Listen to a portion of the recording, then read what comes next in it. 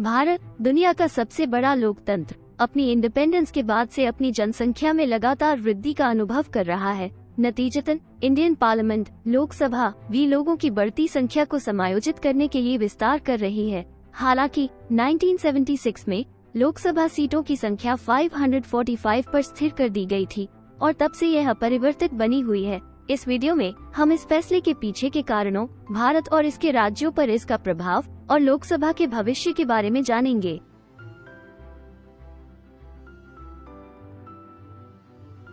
Lok Sabha Indian parliament का lower house है और भारत के लोगों का प्रतिनिधित्व करती है। लोकसभा के सदस्य सीधे चुनाव के माध्यम से चुने जाते हैं और उनकी प्राथमिक जिम्मेदारी कानून बनाना और सरकार की कार्यकारी शाखा को निरीक्षण प्रदान करना है।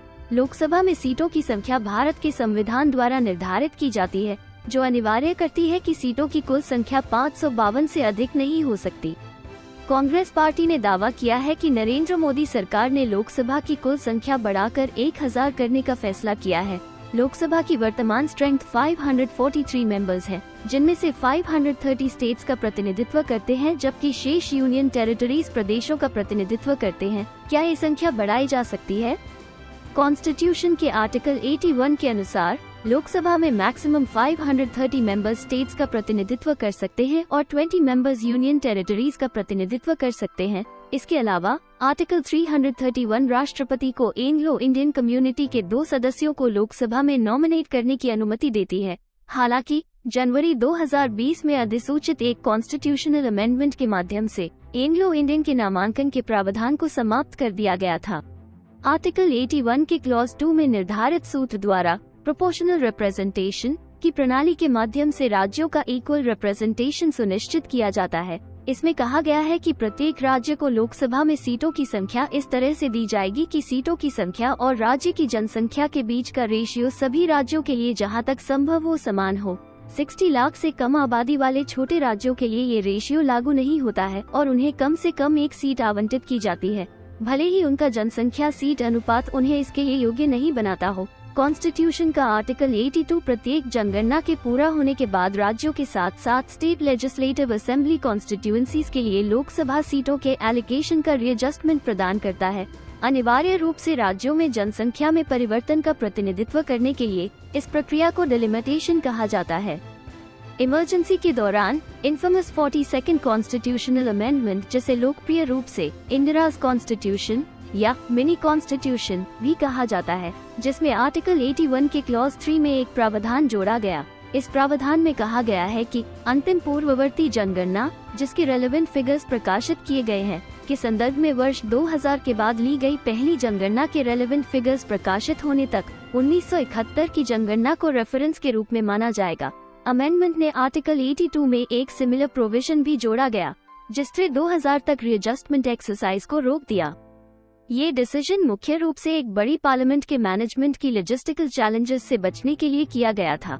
भारत सरकार ने तर्क दिया कि एक बड़ी संसद का मैनेजमेंट करना अधिक कठिन होगा और इसके परिणाम स्वरूप एडमिनिस्ट्रेटिव इनएफिशिएंसीज हो सकती है। इसके अतिरिक्त एक बड़ी संसद को अधिक संसाधनों की आवश्यकता होगी, जिसमें ऑफिस स्पेस, स्टाफ और इक्विपमेंट शामिल हैं, जो भारत सरकार के पहले से ही सीमित संसाधनों पर दबाव डालेगा।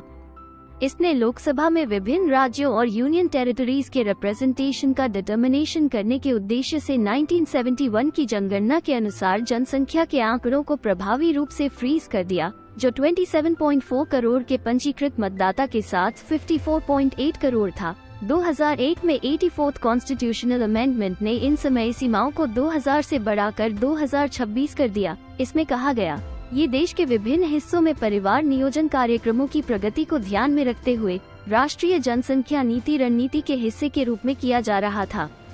यह मानते हुए कि लोकसभा सीटों में प्रस्तावित वृद्धि 2026 में लागू की जाती है। इससे उत्तर प्रदेश, बिहार और महाराष्ट्र जैसे उच्च जनसंख्या वृद्धि दर वाले राज्यों को लाभ होने की संभावना है। इन राज्यों को लोकसभा में अतिरिक्त सीटें मिलने की संभावना है, जिससे उनका प्रतिनिधित्व और राजनीतिक शक्ति बढ़ेगी। हालांकि ये ध्यान रखना महत्वपूर्ण है कि सदर्न और नॉर्थ ईस्टर्न स्टेट्स, जिनकी जनसंख्या वृद्धि दर अपेक्षाकृत कम है, लोकसभा में उनके रिप्रेजेंटेशन में उल्लेखनीय वृद्धि नहीं हो सकती है। उदाहरण के लिए केरल, तमिलनाडु और आंध्र प्रदेश जैसे राज्यों में लोकसभा सीटों में प्रस्तावित वृद्धि के बावजूद उनके रिप्रेजेंटेशन में उल्लेखनीय वृद्धि नहीं हो सकती है। इसके अलावा ये संभव है कि राज्यों के बीच सीटों का वितरण बदल सकता है, जो आगे चलकर दक्षिणी और उत्तर पूर्वी राज्यों के रिप्रेजेंटेशन को प्रभावित कर सकता है। उदाहरण के लिए, यदि किसी विशेष राज्य की जनसंख्या वृद्धि दर अन्य राज्यों की तुलना में अधिक रही है, तो उस राज्य को अतिरिक्त सीटें मिल सकती हैं, जिससे अन्य राज्यों का रिप्रेजेंटेशन कम हो सकता है। अंत में 2026 में लोकसभा सीटों में प्रस्तावित वृद्धि का साउथ और नॉर्थ ईस्ट स्टेट सहित विभिन्न राज्यों के रिप्रेजेंटेशन के लिए महत्वपूर्ण प्रभाव पड़ने की संभावना है। हालांकि राज्यों के बीच सीटों का सटीक वितरण अभी तय नहीं किया गया है और यह जनसंख्या वृद्धि, जनसांख्यिकीय परिवर्तन और राजनीतिक विचारों सहित कई कारकों पर निर्भर करेगा। हालांकि यह संभव है कि लोकसभा में सदर्न और नॉर्थ ईस्टर्न स्टेट्स का प्रतिनिधित्व और शक्ति घट जाए। ये राज्यों के बीच सीटों के विशिष्ट वितरण पर निर्भर करेगा। अंत में 2026 तक लोकसभा सीटों की संख्या 545 पर स्थिर करने का निर्णय कुछ राज्यों के ओवर रिप्रेजेंटेशन को रोकने और संसद में लोगों का फेयर रिप्रेजेंटेशन सुनिश्चित करने के लिए किया गया था। हालांकि इस निर्णय ने कुछ राज्यों को एडिशनल रिप्रेजेंटेशन प्राप्त करने से रोका हो सकता है। इसने अन्य राज्यों को ओवर रिप्रेजेंटेशन प्राप्त करने से भी रोका है। हालांकि सीटों की स्थिर संख्या प्रतिनिधित्व की गुणवत्ता में कमी ला सकती है, क्योंकि भारत की जनसंख्या लगातार बढ़ रही है। इसलिए भविष्य में लोकसभा सीटों की संख्या में वृद्धि के निहितार्थों पर विचार करना और यह सुनिश्चित करना महत्वपूर्ण है कि संसद में भारत के सभी नागरिकों का उचित प्रतिनिधित्व हो। 2001 में इसके लागू होने के बाद से लोकसभा में सीटों की फ्रीज नंबर्स एक कंट्रोवर्शियल इशू रहा है, जबकि पार्लियामेंट में लोगों का फेयर रिप्रेजेंटेशन सुनिश्चित करने के लिए सीटों की संख्या को स्थिर करने का निर्णय लिया गया था। इसका कुछ राज्यों के प्रतिनिधित्व और कुल मिलाकर प्रतिनिधित्व की गुणवत्ता पर भी प्रभाव पड़ा है। जैसे जैसे भारत का विकास और परिवर्तन जारी है, भविष्य में लोकसभा सीटों की संख्या में वृद्धि के निहितार्थों पर विचार करना महत्वपूर्ण है। अंततः लक्ष्य ये सुनिश्चित करना होना चाहिए कि पार्लियामेंट में भारत के सभी नागरिकों का फेयर रिप्रेजेंटेशन हो और उनकी आवाज सुनी जाए। अगर आपको हमारा कंटेंट पसंद आया हो तो लाइक, शेयर और सब्सक्राइब करना न भूलें। आप हमारा दूसरा वीडियो भी देख सकते हैं।